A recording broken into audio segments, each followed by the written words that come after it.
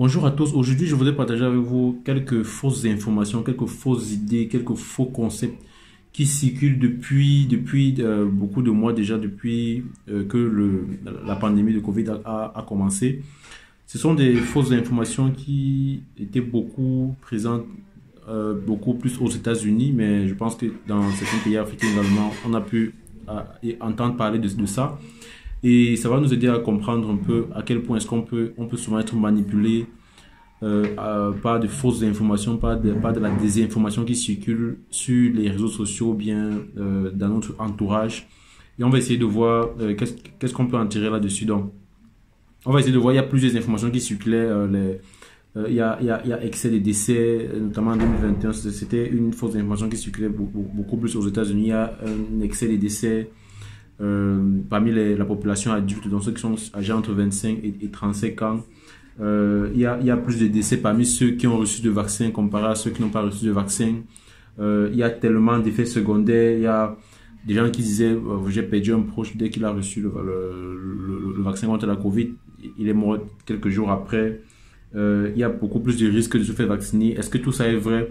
Et on va essayer de voir un peu. Donc déjà, je vous encourage à vous abonner sur cette chaîne dans laquelle on parle de santé publique, on parle des concepts de santé publique en général, on parle de l'actualité sur l'information sanitaire et de tout ce qui peut vous permettre d'apprendre davantage sur la santé. Donc si vous êtes quelqu'un qui est étudiant en santé ou bien si vous êtes professionnel de la santé, je vous encourage à vous abonner parce qu'ici on partage beaucoup de thématiques là-dessus. Donc la première idée, la première fausse information, la première mésinformation ou désinformation qui circulait beaucoup plus, c'était le fait qu'on dit qu'il y a plus de décès parmi ceux qui ont reçu la vaccination comparé à ceux qui n'ont pas reçu la vaccination. Donc, et pour ça, je vais vous montrer un graphe qui est le résultat d'une étude qui a été publiée et qui montre bien évidemment que il y a le taux de mortalité beaucoup plus élevé au sein des populations qui n'ont pas reçu les vaccinations. Les unvaccinated population, vaccinated, c'est dans cette catégorie-là qu'il y a un taux de décès le plus élevé, comme vous pouvez le voir sur ce graphe que je vous montre là. Donc, cette assertion selon laquelle ceux qui ne reçoivent pas la vaccination sont beaucoup plus à risque de décès par rapport à ceux qui ont reçu la vaccination, c'est totalement faux. Et parce que les études et les données qui ont été collectées concernant cela montrent tout à fait le contraire. Donc, voilà déjà la première fausse information qu'il faut complètement écarter.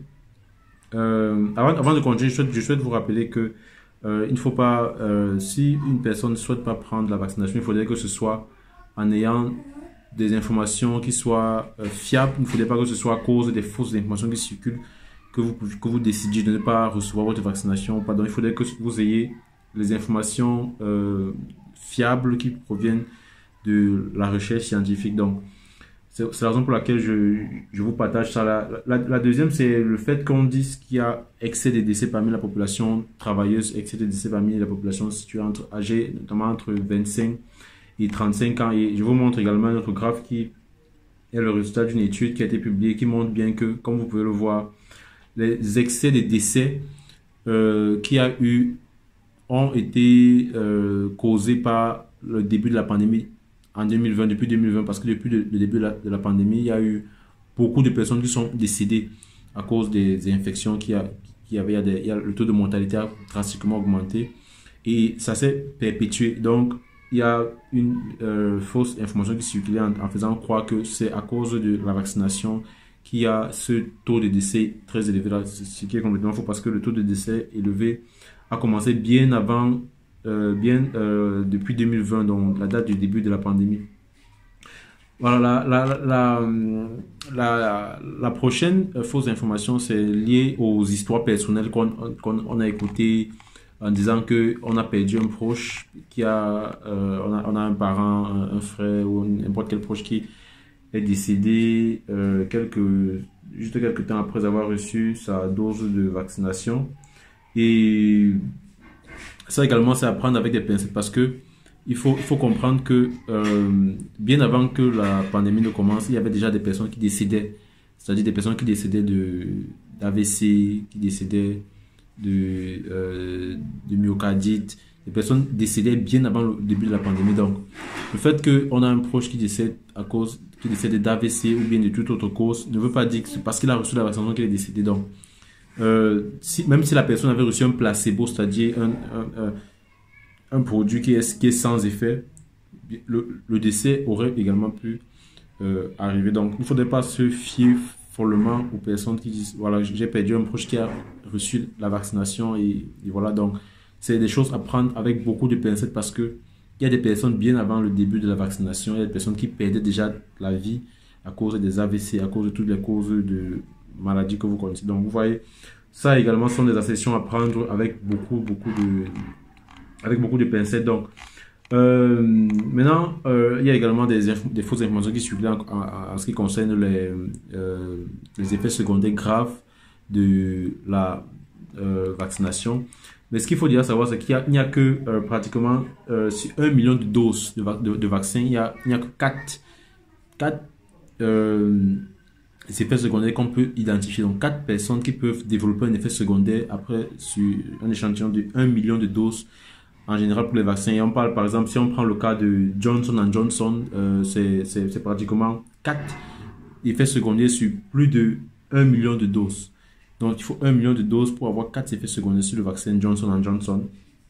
Et en ce qui concerne la myocardite, qui est l'inflation du myocarde, qui est donc l'effet secondaire qui est beaucoup évoqué, on parle de 100 cas de myocardite sur 1 million de doses qui sont administrées.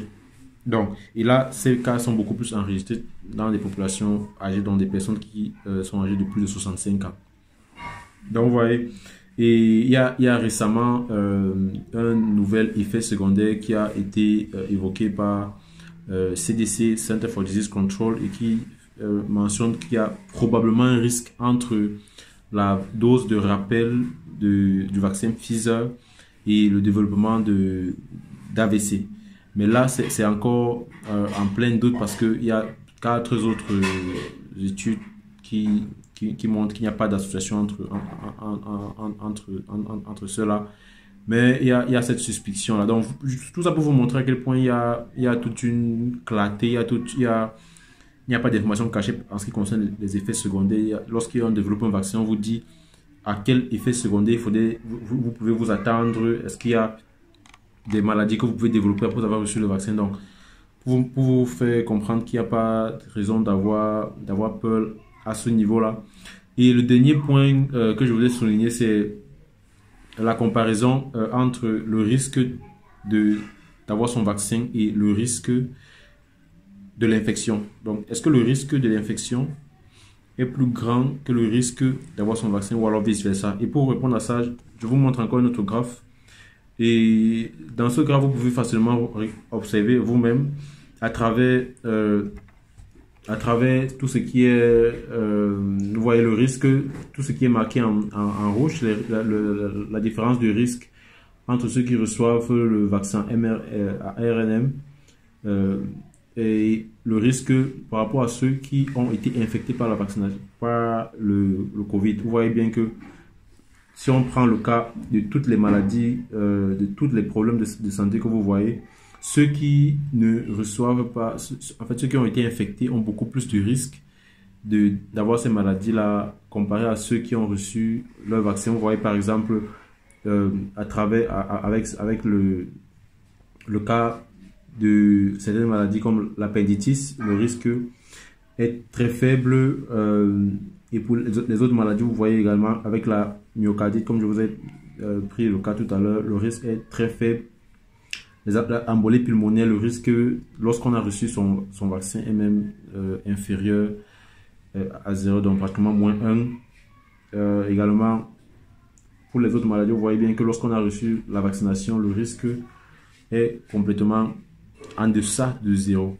Donc, tout ça pour vous montrer à quel point est-ce qu'il faut il faut relativiser toutes les informations qui circulent sur les réseaux sociaux en ce qui concerne la vaccination ou toute autre maladie que ce soit. Il y a beaucoup de théories du complot, plus de théories qui ont été évoquées pour montrer que la vaccination, c'est des choses qui ne marchent pas. Pourtant, les données épidémiologiques nous montrent tout à fait le contraire. Donc, c'est ce que je voulais partager avec vous. Qu'est-ce que vous en pensez? Est-ce que Vous pensez qu'il y a d'autres sujets qu'on pourrait évoquer pour montrer à quel point il faudrait, donner du crédit à la science en tout cas. Donc merci d'avoir écouté regardé cette vidéo. On se dit à une prochaine vidéo. Sentez-vous bien.